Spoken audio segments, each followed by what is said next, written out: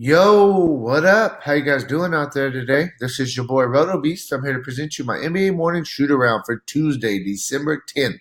If you're new to this channel, please make sure and click the subscribe button below. This way you can watch all my NBA, NFL, and MLB videos. If you haven't come and checked out our website here at dfscheatsheet.com, you're absolutely missing out. We have all the tools to help you compete with the pros day in and day out, including a complete optimizer, tons of content, daily Fanduel and Draftkings cash signups. Hey, we're truly a one-stop shop for our DFS needs. So make sure to check out the site here at dfscheatsheet.com.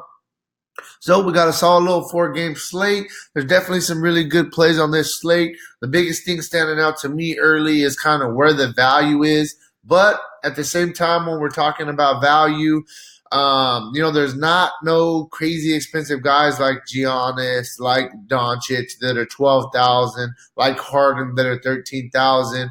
The most expensive guys on the slate, I mean, it's really just Embiid at 10.4. After that, everybody's under 10,000. So at the same time, I'm looking for value. We're not going to need as much value as we would if there were like the crazy expensive guys. So we could definitely make it work with the a higher price guy, couple mid tier guys, etc. But yeah, we still want to find some good value if we can. So we're going to have to kind of wait on injury news throughout the day, as we generally do with NBA. But yeah, man, we'll start at point guard. I'm going to kind of go through this, give you my top 5 plays at each position, kind of get you started with the player pool, and we can kind of go from there. So we'll start at point guard. We'll start at the top. I mean, you got Trae Young and you got Damian Lillard. I really like both of these guys. I definitely think both of these guys are in play. It's tough to give one a nod over the other because both of them do so much for their team. I mean, we got them projected right. Right at the same, both projected right around 45 fantasy points to get you almost 4.75 value. Man, it's tough. I probably would give an edge a little bit more to Damian Lillard just because he's going against a young New York team, and I think that Portland could definitely win this game. Also, too, he's going to give you that kicker kind of at the end of the night. Trae Young going against Miami team, who's a little bit better of a defensive team, but nonetheless, I definitely think that both of them are in play. It's really a coin flip who you want to go with. Like I said, I would give a little bit more of a nod to Damian Lillard, but it's very, very close. Then we'll move down a little bit. I mean, you can look at Ben Simmons and GPPs, but Denver's a really good defensive team, so I'm not really too high on Ben Simmons. How I was the other day when he absolutely went bonkers. Moving down a little bit, you can look at a guy like Terry Rozier going against Washington. We love targeting Washington all year long. They're a team that doesn't play defense. They just try to outscore everybody, run and gun. They're really fast-paced, team out there in Washington. I think this gives a bump to Terry Rozier at 7,200, playing right around 30 minutes. We got him projected at 33 fantasy points. I definitely think that he is in a pretty solid spot here. Then we'll look on the flip side of things. You got Ish Smith. He's in that start and roll right now.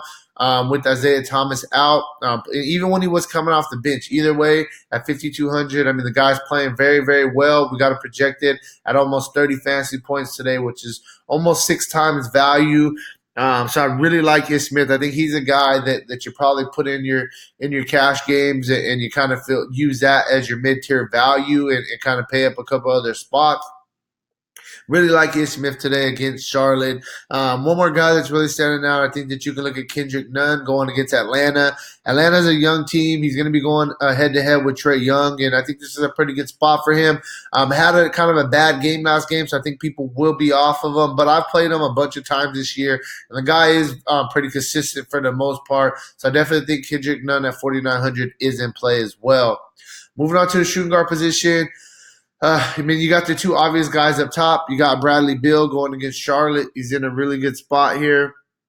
Then you got Jimmy Butler, going against Atlanta. Very up-tempo game. I probably would give the little bit of a bump to Jimmy Butler, but we do got Bradley Beal projected a little bit higher, 4 points higher here. Both of them are really good plays. I mean, if you probably want to get one of those guys in your lineups, unless you're going to kind of go more of the balanced approach and go a bunch of guys around the 7,000 mark. I mean, you could definitely do that on this slate as well. There is a bunch of those guys priced that way, but I like Bradley Beal and Jimmy Butler. Both, they definitely are the two the two guys that you pay up for at shooting guard. And like I said, our system has Bradley Beal projected a little bit higher just for the clarification. Moving down a little bit, two more guys that we can look at. I like Devontae Graham. He's a guy that is having a really, really good season. He is a GPP play for me, but he gets a good matchup. I love targeting anybody against Washington. That's been kind of my golden rule all year, and it hasn't really let me down too much. I'm going to probably come in lower owned because he isn't one of the more popular names on the slate, but he is a really good play. CJ McCollum going against New York. This is a spot where I think Portland should dominate and have a really good game at home. CJ McCollum, Lillard. I like a bunch of these Portland guys. You can even throw Melo. We'll get there. But CJ McCollum, 7,400, good price tag. I think that he's a solid spot here. Then if we want to pay down a little bit, we can look at a guy like Tyler Hero at 5,400 in an up-tempo game against Atlanta. Whether he starts or he comes off the bench, the guy definitely gets some run. They like playing this young guy. He's one of the future cornerstones of this franchise. And like I said, 5,400, we got to project it at 26 fantasy points. What sounds about right. I think that, he does give you a pretty decent floor there. I like Tyler Hero. He's a guy that I'm really, really on today going against Atlanta. Moving on to small forward, we'll start at the top. You can look at Tobias Harris. I'm not really too on these Philly guys, to be honest with you, because Denver is a really good defensive team. I do want to throw that out there. But he is a guy that you could consider in play. A guy that I'm really liking is actually on the flip side, Will Barton, 6,200. I like Will Barton a lot in this spot. He's playing the minutes. We know Will Barton could definitely fill up the stat sheet. I think Will Barton's a really, really good play today. And then we'll go to Carmelo. Man, I like Carmelo. He's a guy that nobody wanted to give this guy an opportunity. They were saying his career is done. He came to Portland. The guy's been playing very, very well. He's a 20-point scorer. Any night he can score 20 points. I'm not going to say he's going to average that, but he definitely has the upside. I'm glad that Portland gave him the opportunity. Now he gets a matchup tonight against his former team in New York. Man, I think that this is a pretty good spot for Carmelo Anthony at 6,000, a very good price tag as well. I think that Carmelo is a guy that you definitely want to consider today. And I think he gives you a pretty good floor as well. He's playing some minutes. Miles Bridges for Charlotte, another Charlotte guy going against Washington. 5,400 is a pretty good price tag. He's a guy that does a little bit of everything. We got him projected right about 5 times value. Really good play against Washington. Kent Bazemore stepped into that start and roll with Rodney Hood going out, unfortunately. Bazemore's a guy who played a lot last year in Atlanta. Hasn't got quite the opportunity with Portland that we wanted, but now being in that starting role with Rodney Hood out, he's not splitting those minutes no more. The minutes are starting to trend up a little bit. We got him projected at 5.4 value. I think that he's a really good play. And like I said, the minutes are going to be there for him, so we got to like that as well. Lastly, one guy I'll throw out there, that's usually pretty under-owned that I think is a really good play. Where's he at? Do we have him on here? Let me see. Nope, we don't got him. So I also like. Oh no, I'm sorry. The guy I was thinking about. He's actually a power forward. The last guy though I would throw out there for small forward. I like Derrick Jones. He's been hurt. He's coming back. Bare minimum price tag. This is a guy that they really like. He should get some run. He's a value guy we could possibly look at going against Atlanta. Like I said, this game should be a very, very up-tempo game. And at 3,500 bare minimum, I like Derrick Jones. Moving on to the power forward spot. I'm going to start with Bam. He's a game-time decision. I expect him to play, though, against Atlanta. Atlanta doesn't have a guy that can really match up with Bam. He's a guy that, double-double machine. Any night. The thing I like about him is I don't like counting on defensive stats, but Bam is a guy that always gets defensive stats. He's one of those guys that you can kind of, put him in there and he's going to get some defensive stats, and you can feel comfortable with that. If you're going to pay up, I think he's a guy that you could look to pay up for in an up-tempo game going against Atlanta. Next, we'll go with Hachimura. He's been playing a bunch of minutes with all the injuries they have out there in Washington at 6,600. I think it's still a very fair price tag. I think this game is going to be a up-tempo game between Washington and Charlotte. Charlotte's a young team as well that can definitely get out and run. And they got a point guard in Terry Rozier that can push the ball. So I like Hachimura. I'm in this spot at 6,600. Another guy, we're talking about Washington and how they're hurt. They're depleted with injuries. Davis Bertans is a guy that's getting an opportunity as well, whether he starts or coming off the bench. they're finding minutes for this guy. I definitely rather play Hachimura for 400 more, but Bertans is going to be a lower owned guy, at the power forward spot. And hey, man, he definitely has some upside. He's showing it a couple of times already this year. Jabari Parker at 6,000 going against Miami.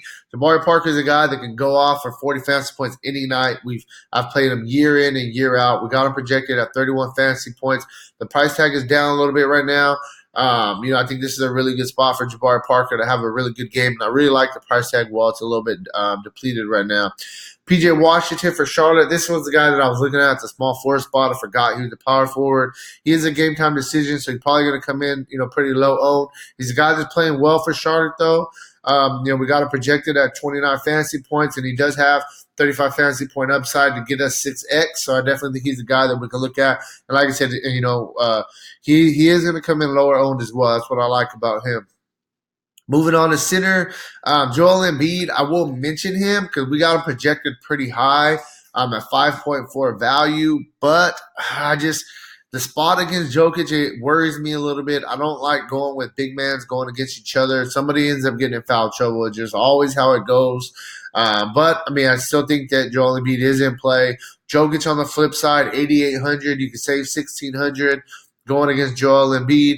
We got both of them projected at over 5 times value, so you got to really consider them. Both of them are in play. If I had to choose one between these two, me personally, I probably would go with Embiid and then Jokic second, just because Jokic hasn't been looking right this year.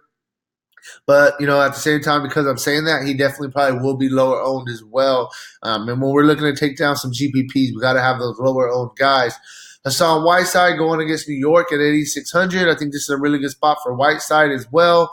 New York doesn't have a big guy that could kind of really, mess with Whiteside. They do have the young rookie in Robinson. I understand that, but he has been coming off the bench. So Whiteside, this is a pretty good spot for him.